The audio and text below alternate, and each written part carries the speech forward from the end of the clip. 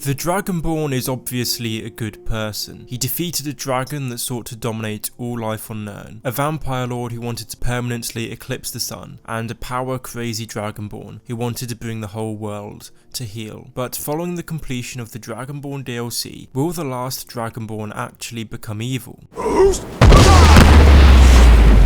Something that is repeated throughout the whole main quest of Skyrim by Paarthurnax and the Blades is that it is a dragon's nature to dominate. It took Paarthurnax thousands of years of seclusion and meditation on a mountain to overcome his desire to overpower others. The Dragonborn, as far as we know, is a young Nord with massive powers at their disposal. Particularly after the Dragonborn DLC, the Dragonborn will have attained the ability to bend the will of other humans and creatures. So given their naturally dominating nature, what's to say the Dragonborn won't try and create their own empire for the sake of advancing their own power? You might not initially think that would be a bad thing. The empire in its current form is ailing, and it would indeed be epic if the Dragonborn became emperor. However, the Dragonborn would merely be replacing Alduin. Alduin took power originally because he wanted power for its own sake, not because he actually wanted to rule anyone. The evil aspect of his dominion came from the fact he bequeathed power to those who vowed to rule for him, but the Dragon priests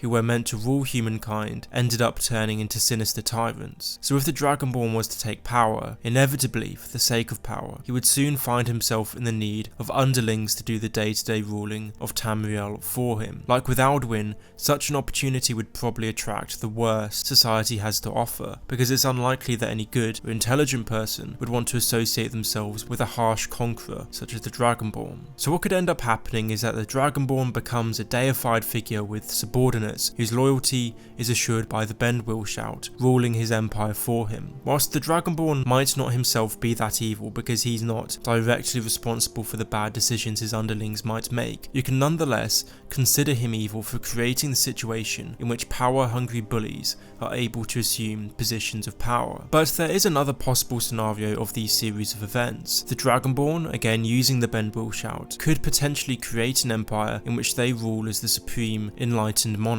In such a position, the Dragonborn could rule directly over Tamriel and force policies onto the masses they might not like, but the Dragonborn knows are for the greater good. From improved sanitation to conscription, no one would be able to oppose the last Dragonborn. It would be hard to argue that the Dragonborn is evil in this situation, because he would be merely replacing the role as emperor, in the same way Uriel Septim or Titus Mede aren't considered evil. Why should the Dragonborn be if he replaced them and rules as an enlightened monarch? Well, as we've already established, the Dragonborn wouldn't become a conqueror out of benevolence, but out of a will to dominate. Also, there's a difference between the conventional empire and the empire the Dragonborn might set up. The empire as we know it is traditional. Its people have their own customs, beliefs and traditions within the empire that they are used to. It would arguably be evil for the Dragonborn, against the will of the masses, to drag them out of a society they were accustomed to into a new one, even if the Dragonborn insisted it was for the greater good. If there has to be change, evolution rather than revolution is the best course of action in my opinion. But this all raises the question of whether someone who craves power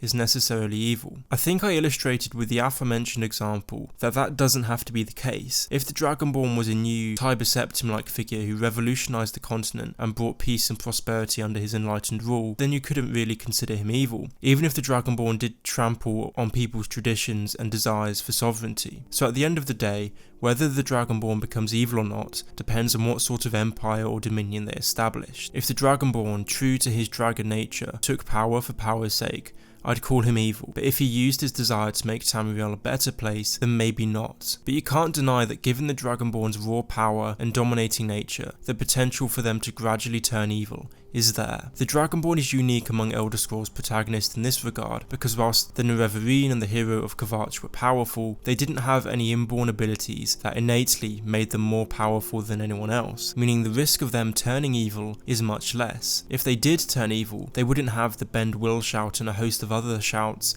at their disposal in the same way the last Dragonborn clearly does. Thanks for watching this video. What are your thoughts? Could the Dragonborn become evil? Could they be the antagonist in the Elder Scrolls 6? Please let me know what you think in the comments below. Anyway, thanks again, and I'll see you in the next one.